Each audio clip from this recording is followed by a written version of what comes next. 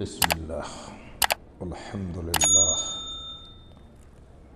والصلاة والسلام علی رسول اللہ وبعد اعوذ باللہ من الشیطان الرجیم بسم اللہ الرحمن الرحیم ما عندکم ینفد وما عند اللہ باق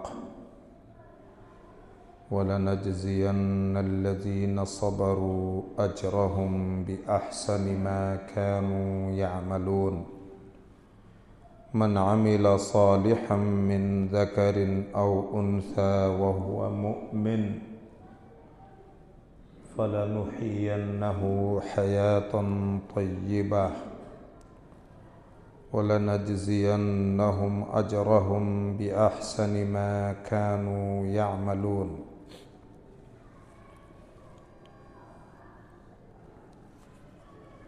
سورہ نحل آیت نمبر 96 اور 97۔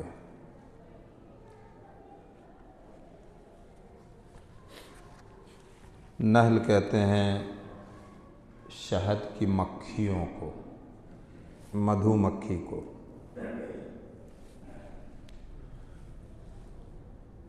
اللہ تعالیٰ نے شہد کی مکھیوں کو جو حکم دیا ہے اس حکم پر وہ پابندی سے عمل کرتی ہیں۔ خالق و مالک اور رب العالمین کے حکموں کا پالن کرنا شہد کی مکھیوں کے ذریعے سے اللہ تعالیٰ نے ایک طرح سے سمجھایا ہے۔ فَاسْلُكِي سُبُلَ رَبِّكِ ذُلَلًا، اپنے رب کی راہوں پر بالکل اطاعت و فرما برداری کرتے ہوئے چلتی رہو، محنت کرو، اور اس محنت کے نتیجے میں انسانوں کو فائدہ پہنچاؤ۔ محنت کا ثمرہ کسے ملے؟ انسان۔ شہد اور مدھو کے روپ میں، فیہ شفاء للناس، جس میں سارے لوگوں کے لیے شفا ہے۔ للناس اللہ نے کہا، للمومنین نہیں کہا ہے۔ علم طب، میڈیکل لائن کا یہ ایک دلچسپ اور بڑی کہہ سکتے ہیں کہ نفع بخش چیز ہے، جس پر تحقیق خوب لوگ کرتے رہتے ہیں۔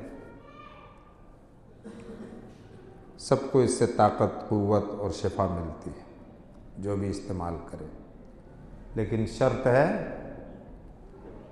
اوریجنل ہونا چاہیے، جو بڑی مشکل سے ملتا ہے۔ اللہ تعالیٰ نے جانوروں کے نام پر اور بھی 2 سورتیں نازل کی ہیں۔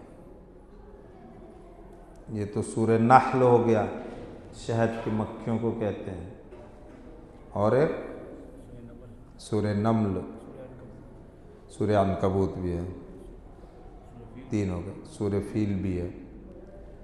سورہ نمل کے ذریعے اللہ تعالیٰ نے چینٹیوں کا تذکرہ کیا ہے اور اپنی توحید کو سمجھایا چینٹیوں کے ذریعے۔ اور سورہ عنکبوت مکڑی کے جالے سے اللہ تعالیٰ نے جو لوگ دوسروں کے سہارے کو پکڑتے ہیں،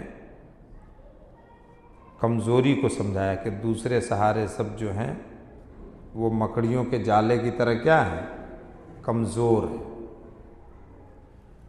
اور سورہ فیل میں ہاتھیوں کا ذکر ہے۔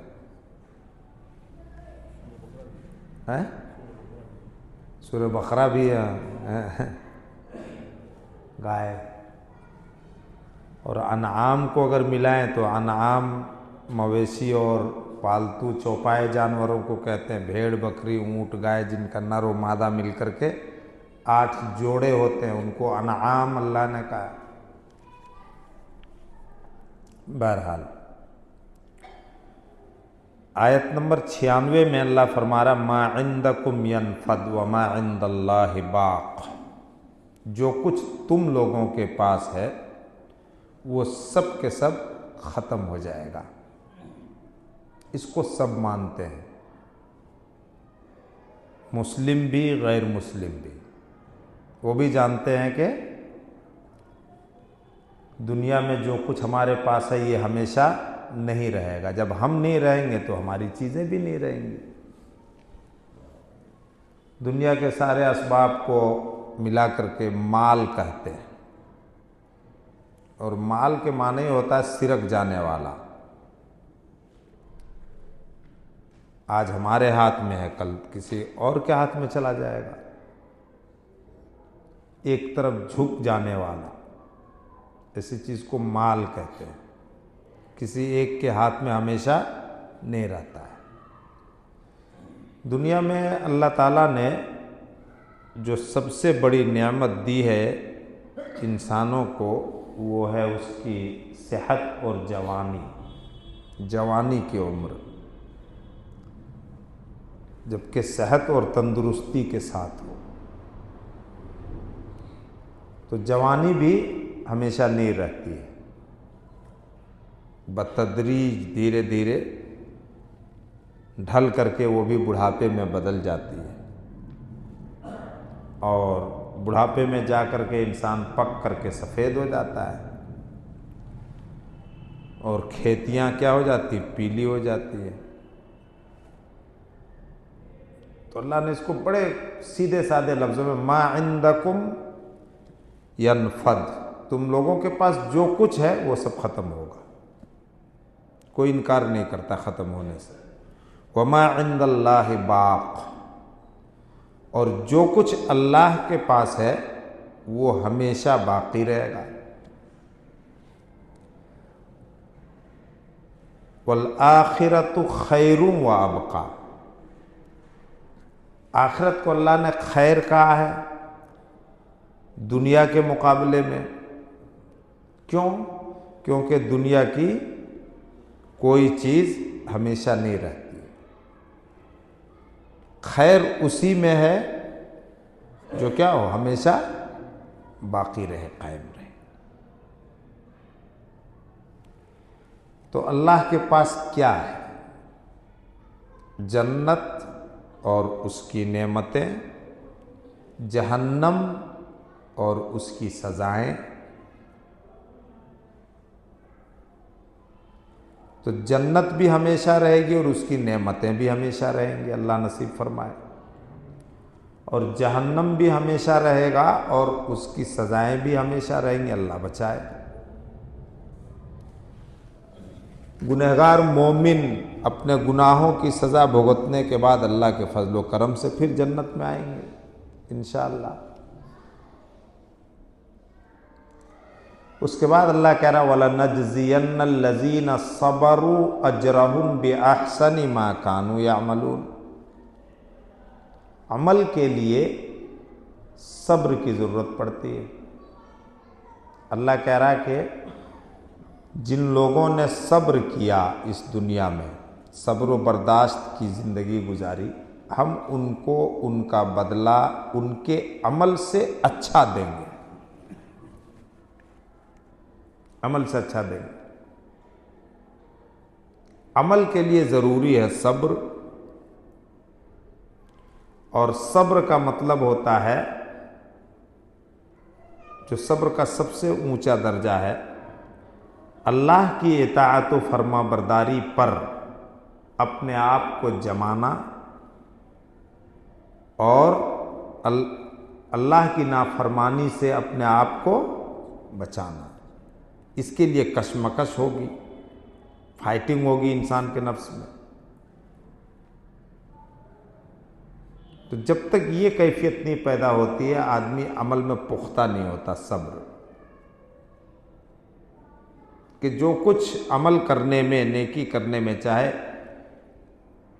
کرنے کے کام ہو یا چھوڑنے کا کام ہو، بچنے کا کام ہو، اس میں جو نفس سے کشمکش ہو رہی ہے اس سے لڑ کر کے اپنے آپ کو فرما برداری پر کیا کرنا ہے، جمانا ہے۔ معصیت سے بچانا ہے، یہ سب سے بڑا صبر ہے۔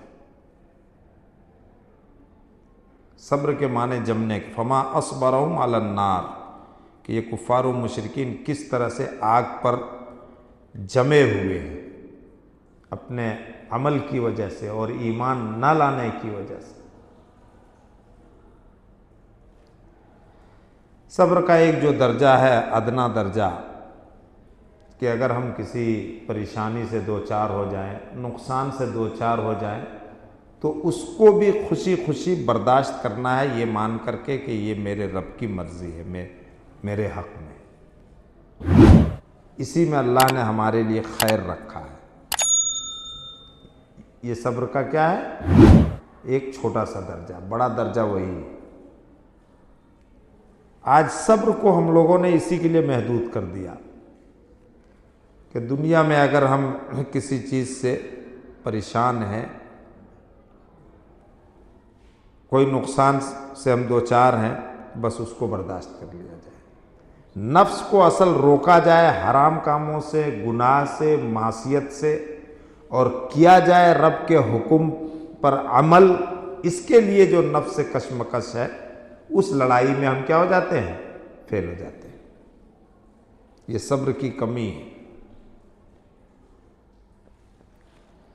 تو اللہ کہہ رہا ہے کہ اس سے اچھا بدلہ دیں گے جیسے عمل کیا، کوالٹی کے اعتبار سے اور کوانٹیٹی کے اعتبار سے بھی۔ کوالٹی اتنی اچھی ہوگی بدلے کی کہ اللہ کے نبی نے فرما دیا دنیا میں نہیں دیکھ سکتے، دنیا کی ان آنکھوں سے نہیں دیکھ سکتے ویسی چیز، ان کانوں سے سن نہیں سکتے، اور جو سوچنے اور سمجھنے کے لیے دل و دماغ دیا ہے، وہ دل و دماغ وہاں تک پہنچ بھی نہیں سکتے۔ یہ کوالٹی ہوگی۔ اور کوانٹیٹی کے اعتبار سے اللہ رب العالمین یضاعف لمن یشاء، جس کے لیے چاہے خوب بڑھا چڑھا کر کے بدلہ جتنا چاہے دے گا، بے حد و حساب۔ بس کہتے ہیں کہ ناز برداری، نخرے برداشت کرنا، ناز برداری ہوگی اللہ کی طرف سے، نخروں کی برداشت ہوگی اللہ کی طرف سے،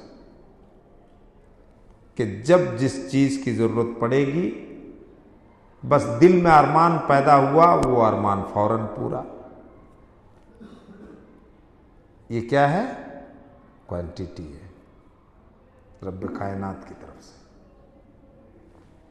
اس کے بعد اللہ فرما رہا من عمل صالحا من ذکر و انثی، اسی بات کو اللہ تعالیٰ نے دوبارہ دوسرے انداز میں تاکیداً فرمایا ہے کہ جو کرے نیک عمل، چاہے مرد ہو یا عورت، شرط یہ ہے کہ وہ ایمان پر ہو، ایمان پر قائم رہ کر کے نیک عمل کرے، ورنہ غیر مومن بھی بہت سے نیک کام کرتے ہیں، سوشل ورک خاص طور سے، انسانی خدمات کے کام خوب کرتے ہیں، وہ خوب کرتے ہیں، اور انہی اچھے کاموں کا بدلہ وہ دنیا میں پا رہے ہیں، خوشحالی کی شکل میں، پاور کی شکل میں، طاقت و قوت کی شکل میں، حکومت کی شکل میں۔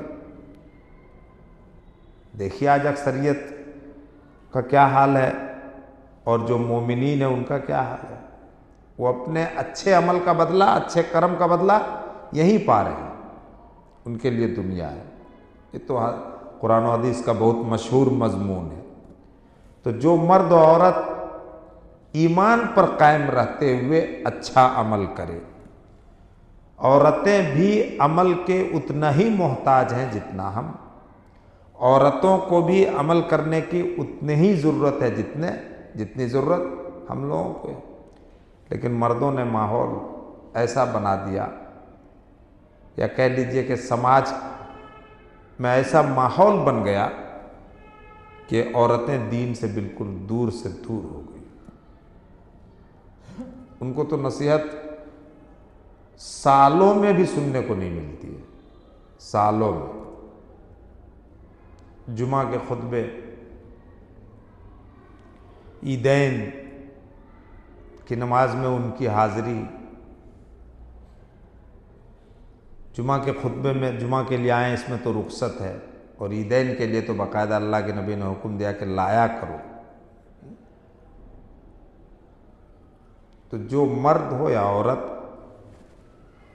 عمل صالح کرے. عمل صالح اس کو بھی تھوڑا سا سمجھیے. بہت یہ لفظ آتا ہے اور عام فہم لفظ ہے، لیکن اس کی گہرائی کو تھوڑا سا سمجھیے کہ کوئی بھی عمل اس وقت تک عمل صالح نہیں ہوگا جب تک رسول اللہ صلی اللہ علیہ وسلم کی اتباع اور پیروی میں نہ کیا جائے. پہلی شرط. دوسری شرط اخلاص. الا للہ الدین الخالص. اللہ وارننگ کے لیے آتا ہے عربی میں، خبردار خبردار. اللہ ہی کے لیے ہے خالص عبادت و بندگی. یعنی عبادت جب خالص پیور ہوگی، جب اس میں آمیزش، دکھاوا اور ریاکاری نہیں ہوگی، تبھی اللہ تعالیٰ اس کو کیا کرے گا؟ قبول کرے گا. یہ دو بنیادی شرطیں ہیں. ان دو شرطوں کو پوری کرنے کے بعد جو بندہ تھوڑا بھی عمل صالح کر لے، اجر و ثواب کے لحاظ سے وہ بہت بڑا ہے. ایک تو رسول اللہ کے طریقے کی پیروی میں، اور ایک اخلاص نیت ہونی چاہیے. احب العمل الی اللہ ادومہ وان قل. تھوڑا کرے لیکن روز کرے. فرض میں تو جو فرض فکس ہے، فرائض جو ہیں وہ فکس ہیں. اخلاص نیت کے ساتھ محمد رسول اللہ کی اتباع اور پیروی میں تھوڑا عمل روز کرے. آدمی جس نیکی کا موقع ملا کسی طرح کر لیا. وہ عمل صالح بڑا طاقتور ہے اللہ کی نظر میں. وہی عمل صالح ہے. رسول اللہ صلی اللہ علیہ وسلم کے طریقے سے ہٹ کر کے کیا جائے. اللہ کے رسول نے خود کہہ دیا کہ بیکار مشقت برداشت کر رہے ہو، اور یہ کرنے والا تو مسلمان ہی ہوگا. نہیں، ایسے ہی مسلمانوں کو اللہ تعالیٰ نے، اللہ کے رسول نے آگاہ کر دیا بیکار مشقت کر رہے ہو. فہو رد، ریجیکٹ ہے. وہ کیا ہے؟ ریجیکٹ ہے، نہیں قبول کرے گا اللہ تعالیٰ. بھلے نیت خالص ہو لیکن رسول اللہ کی سنت کی اتباع میں عمل نہیں ہو رہا تو وہ عمل صالح نہیں ہوگا. اور رسول اللہ کی سنت کی اتباع اور پیروی میں عمل کرنے والا کر رہا لیکن نیت دکھاوے کی ہے، گئی وہ اتباع. یہ دونوں لازم اور ملزوم ہیں. یہ دونوں ضروری ہیں. اس لیے بڑا فکر مند رہنا چاہیے. نیکی کرنے کے لیے فکر مند رہنا چاہیے، اور ان دونوں شرطوں کو پوری کرنے کے لیے بھی فکر مند رہنا چاہیے. جب ایسے عمل کریں گے فَلَنُحْيَنَّهُ حَيَاةً طَيِّبَةً. اللہ کہہ رہا ہے ایسے مرد و عورت کو ہم پاکیزہ زندگی دنیا میں دیں گے. یہ دنیا کا وعدہ ہے. پاکیزہ زندگی دھن دولت سے نہیں ہوتا ہے. اطمینان اور سکون کی زندگی، میل محبت کی زندگی، عزت کی زندگی جو ملتی ہے، اللہ کا وعدہ ہے ایمان اور عمل صالح کی بنیاد پر ہم بندوں کو عطا کرتے ہیں. اس کے بعد پھر اس میں جو آیت نمبر 96 میں ہے وہی الفاظ یہاں بھی ہے وَلَنَجْزِيَنَّهُمْ أَجْرَهُمْ بِأَحْسَنِ مَا كَانُوا يَعْمَلُونَ. ان کے عمل کا بدلہ ہم ان کے عمل سے زیادہ اچھا دیں گے. ان کے عمل کا بدلہ ان کے عمل سے بھی زیادہ اچھا دیں گے. جب اس طرح کی بشارت اور خوشخبری کی آیتیں ہوں اور اللہ تعالیٰ ہم لوگوں کو تھوڑی سی توفیق دیتا ہے، ہم ارادہ کرتے ہیں نماز کی، چھوٹی موٹی دوسری نیکیوں کی، تو پھر کیوں نہ اپنے آپ کو ان بشارتوں کا حقدار بنائیں. اس کی فکر کریں ہم لوگ کہ ان بشارتوں کا حقدار اور ان خوشخبریوں کا حقدار ہم اپنے آپ کو بھی بنائیں. اللہ نے جو وعدہ کیا ہے اس وعدے کے زمرے میں اور فہرست میں ہم اپنے آپ کو داخل کریں. اللہ رب العالمین ہم سب کو توفیق دے اور ہمارے حق میں آسانیاں فرمائے۔ یا مقلب القلوب صرف قلوبنا علی طاعتک، یا مصرف القلوب صرف قلوبنا علی طاعتک، ہمارے دلوں کو اپنی اطاعت و فرما برداری کی طرف پھیر دے۔ وَيَا مُقَلِّبَ الْقُلُوبِ ثَبِّتْ قُلُوبَنَا عَلَىٰ دِينِكَ، دین پر ہمارے دلوں کو جما دے۔ ربنا لا تزغ قلوبنا بعد اذ ہدیتنا وہب لنا من لدنک رحمہ انک انت الوہاب، تو نے ہدایت دی ہے، ہدایت پر قائم رکھ، ہمارے دلوں کو ٹیڑھا نہ کر دے، اور تو نے ہی توفیق دی تو ہم لوگ نے عشاء کی نماز پڑھی، آگے بھی تو ہی توفیق دے گا، تبھی ہم نمازوں کی پابندی کر پائیں گے، ہمارے بس میں کچھ نہیں۔ لا حول ولا قوت الا باللہ۔ سبحانک اللہم وبحمدک اشہد ان لا الہ الا انت استغفرک واتوب الیک، وصلی اللہ علی نبینا محمد وآلہ وسلم۔ السلام علیکم ورحمۃ اللہ۔